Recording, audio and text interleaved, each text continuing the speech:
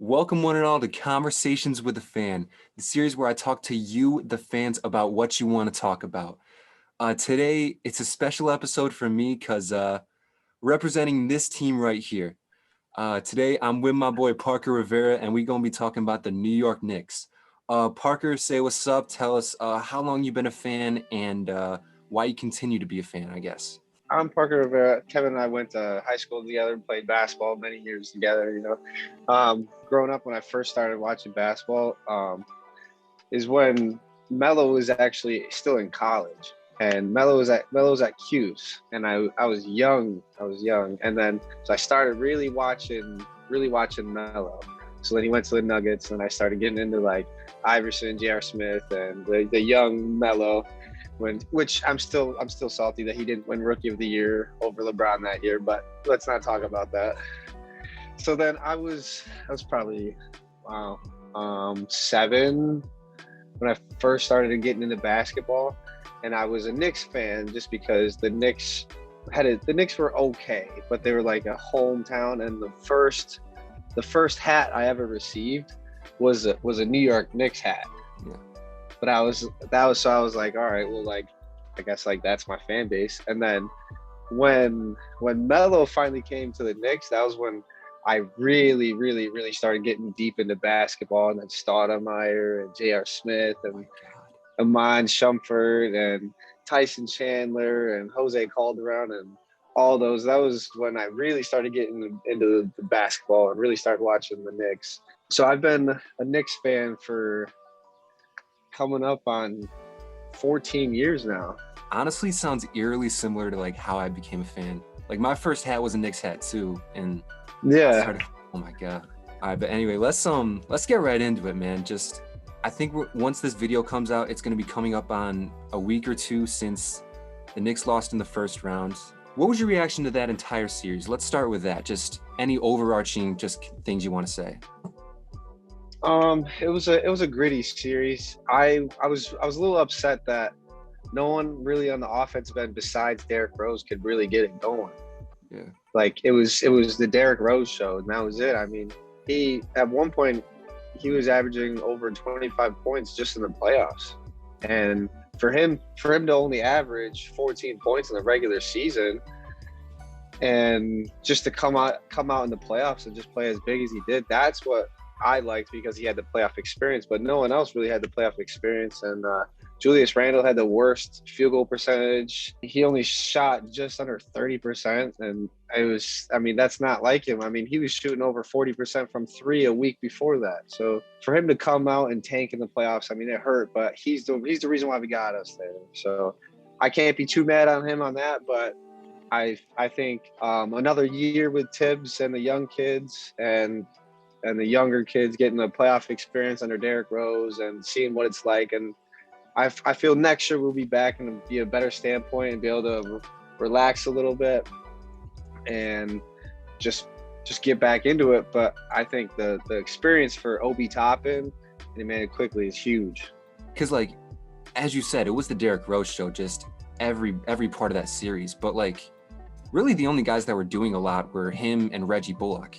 Like nobody, and even Reggie was like on and off. So like, he had 2 games in a row where he scored 0 points. So, and then Alec Burks, the first game, he had 27 points the first game, and then couldn't score the rest of the series. And I was like, wow. Well, okay, that's kind of who Alec Burks is though. Like he's those guy that can go for like 25 and then just next game go like 4.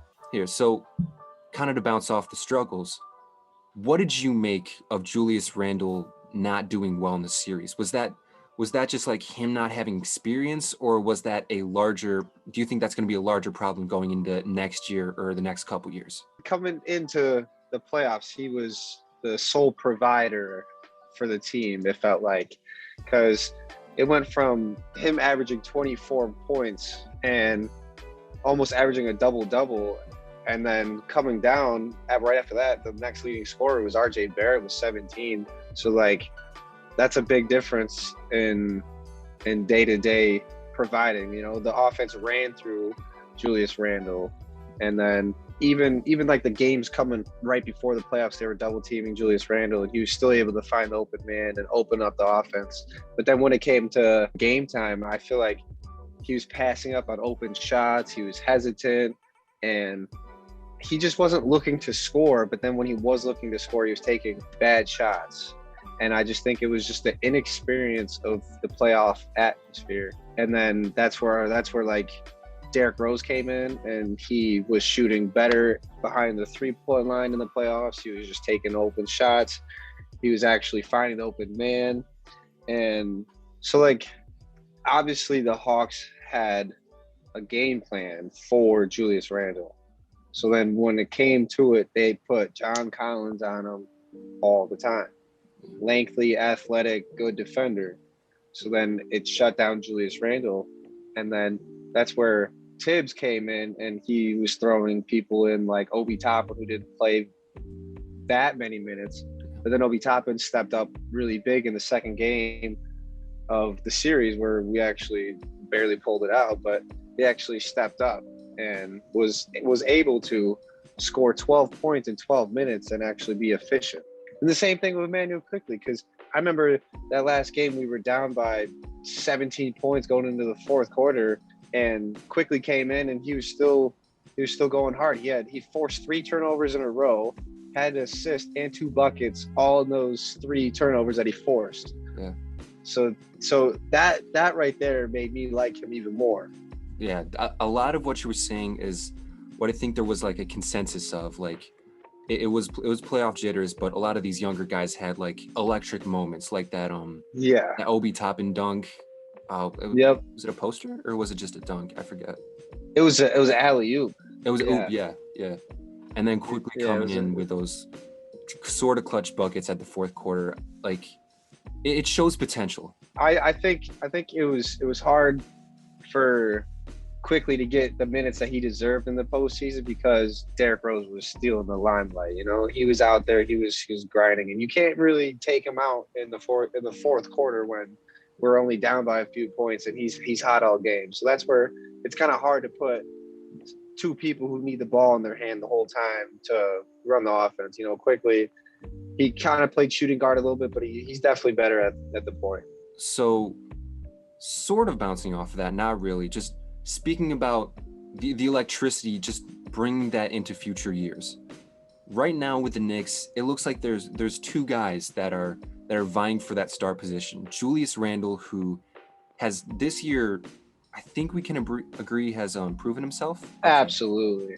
And RJ Barrett, our 3rd overall draft pick, who a lot of people, I mean, he's shown flashes. Like he's shown us that he can score 25, 30 a game in spurts. Do you think like either one of those guys are going to solidify themselves as the Knicks captain leader for years to come? As soon as RJ Barrett, do you remember this? Sorry, you asked me who would I rather have, RJ Barrett or Zion, and I said RJ Barrett from the start. And we got RJ Barrett. You don't understand how happy I was. Even before coming into the league, I wanted RJ Barrett, and I'm still glad we got RJ Barrett, because I personally think he was the best person in that draft. Personally, the way I saw RJ Barrett and the way he's developing and the way he's becoming the athlete he is. I mean, we all know he's gifted, but he developed the 3-point. I mean, he at one point, I believe it was from April to the end of the year, he was the leading 3-point percentage player. So he was the leading 3-point percentage at 45.6%.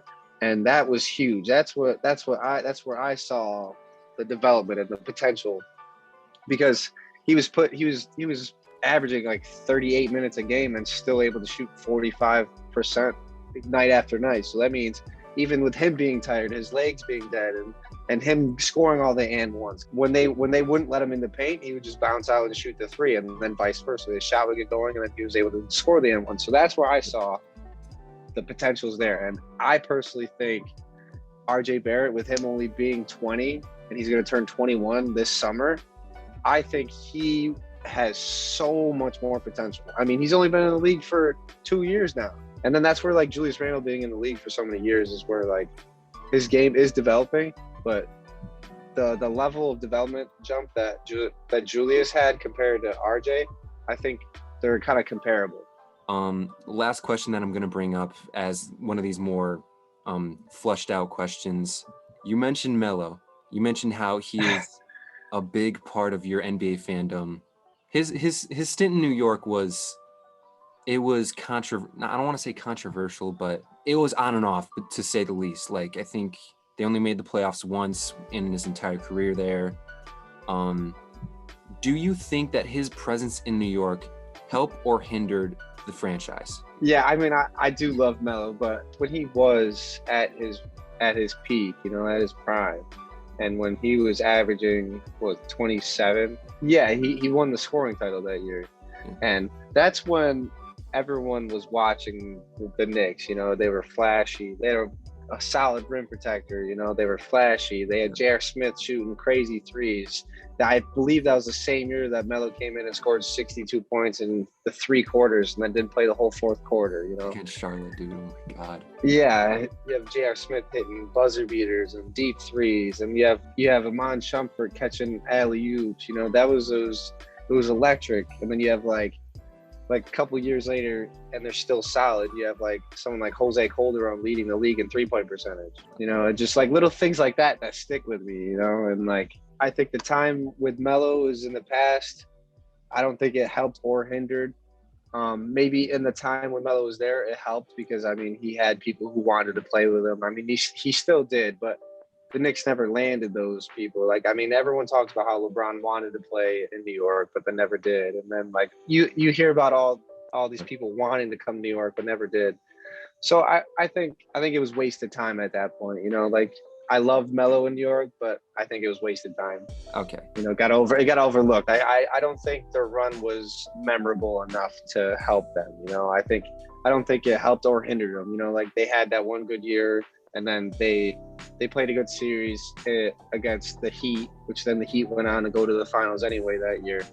But so that they had a good run that year, but then after that it just got forgotten.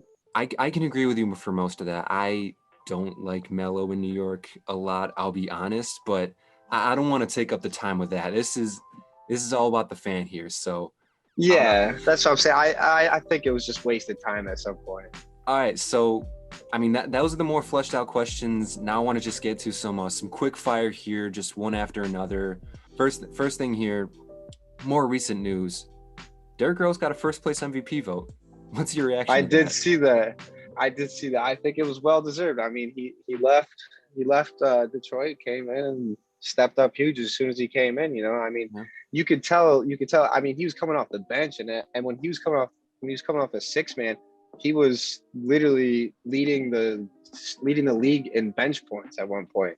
Yeah. And then him quickly and Alec Burks coming off the bench, they were the leading bench scorers almost the whole season. That's where I like to see him come in. That's where I think that first place MVP vote was deserved. And then especially how good he did in the playoffs, I want it. So amongst Knicks fans, especially on Twitter, I saw a lot of this just Elfrid Payton hate. What do you think of Elfrid Payton this year? Defensively, I can't be mad at the guy. Defensively, he was good. He was solid. Yeah. And then offensively, he had maybe 3 good games. I don't want to hate on him. I mean, he played his role. He got his minutes reduced. He was still a solid defender when we needed him. He had a couple double doubles. I don't hate the guy. I don't love the guy. I would say there's definitely games where I was like, why the hell is he shooting 23 shots a game? Oh. And Julius Randle's only shooting like 14 shots, and I'm like, what is going on? And then Tibbs was just keeping him in, so I wasn't fond of some of the games he had. Time for some optimism. Last quickfire question. Obi Toppin and Emmanuel Quickley both showed great flashes this season, especially Quickley. Knicks fans started to absolutely love him at the beginning of the season. Yeah. What do you see for their futures? I think the year he spent, well, not even a full season, the partial year he spent with Derrick Rose and this offseason is going to be major for Emmanuel Quickley's development. Former MVP, and the playoff experience he had with Chicago, I think is going to be huge, huge when it comes to Emmanuel Quickly's early development.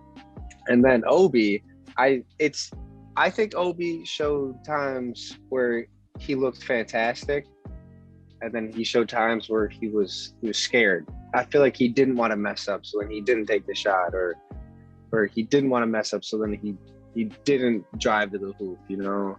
But then I saw where his first basket was a highlight reel dunk, you know, like that was his first basket. And then what I was impressed by is even in the playoffs, he was shooting threes and he was scoring good. You know, I mean, I think he averaged 12 points in the playoffs when in the regular season he was only averaging 4. But it's also hard when all season Julius Randle's having, you know, 4 40-point games in a row. And then Julius Randle's hot and leading us to a 9-game win streak, you know, and it's like it's hard to play behind someone like that. It was a lot of flashes of excellence with him, and I'll agree. It's the future's really murky for him. You can't really see a lot. I think when, you know, Mitchell Robinson comes back, it's gonna be Lob City. It's gonna be hard, and you know, people are gonna be like, well, we don't want to allow lobs, but we don't want to condense the paint to then let RJ Barrett shoot, or, you know, let Alec Burks shoot, or Reggie Bullock, or whoever else we get this off season, you know, because the spacing of the floor is going to be really hard. Because then think about it, if they space out to the shooters, then you just throw lobs, and then if you all drop into the paint, then you find the open man on the 3. That's where I think Mitchell Robinson's presence was missed the most. Oh yeah, I can't wait to see Mitchell Robinson back in the game. That's the one. I know he had all this time off. I mean, I guess it's either he's gonna be better than what we saw at the beginning of this season, or he's gonna have a slow start. I guess we're gonna find out. We're at the end of this Conversations with a Fan episode, and as with every other guest I've ever had, that's a fan of a team, I've got 3 questions for you. Number 1. Yes. Favorite player and why? Can I give 2? Go for it, man. Go for it. Okay. I like John Starks. John Starks was very fun to watch. His highlights were awesome. I mean, everyone can say Michael Jordan and all that. I mean, obviously, I admire Michael Jordan, but it's John Starks and Carmelo Anthony for me. Carmelo Anthony got me to love basketball and hate it at the same time, but he got me to have the passion I have now, so I can't be mad at that. And then I was watching his highlights the other day, and I'm like, man, I really miss the prime Melo in New York, where he would go to the same exact spot 4 plays in a row, do the same exact move, and still put 4 baskets in a row and just have electric nights at the Garden. And just that right there is still giving me chills. Like, I watch it and I got chills the other day. Man, Melo just like a couple of feet from the elbow, just in the posting up. Oh my God. Like his little jab, and it was just crazy. Number 2, second question. A moment in your fandom that like just sticks in your mind forever. Probably the Stoudemire and Melo show, where it was Stoudemire was just, you know, dunking on people and just going for those dunks, and he was healthy. And then in the same game, you have Melo shooting over like Corey Brewer, and three plays in a row. I mean, he's scoring over Corey Brewer, you know. Dude, just that first year of just, I'll always hold Danilo Gallinari and Wilson Chandler in my heart, but like the Melo and Stats show, you're right. It was something I don't think we'll ever see again. Last question here, question number 3. If you could describe the New York Knicks fan base with one word, I can be hyphenated or not, I don't care, just one word, and explain it, what would that word be? The word I would use would be loyal. People like you and I watching Knicks go through just tough year after year, you know, and then like losing generational talent like Kristaps Porzingis the way we did, and having people we have no idea who their names are anymore.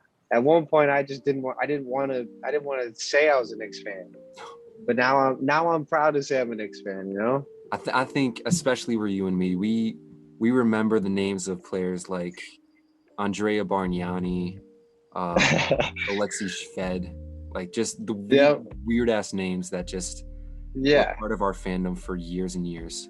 That's the end of this episode, man. I had a lot of fun talking Knicks with you, bro. Um, absolutely. I agree. Thank you for having me. if y'all want to get involved with the conversation, we've got our socials down below us in these little boxes. Contact me if you're a fan of a sport, a team, or a player, and you want to be on this series. Contact Parker if you've got a Knicks opinion you want to share with him. Or I'll be down to talk Knicks with anyone who wants to say anything. that's it for this episode. Hope y'all had a good time just hearing us talk, and peace out.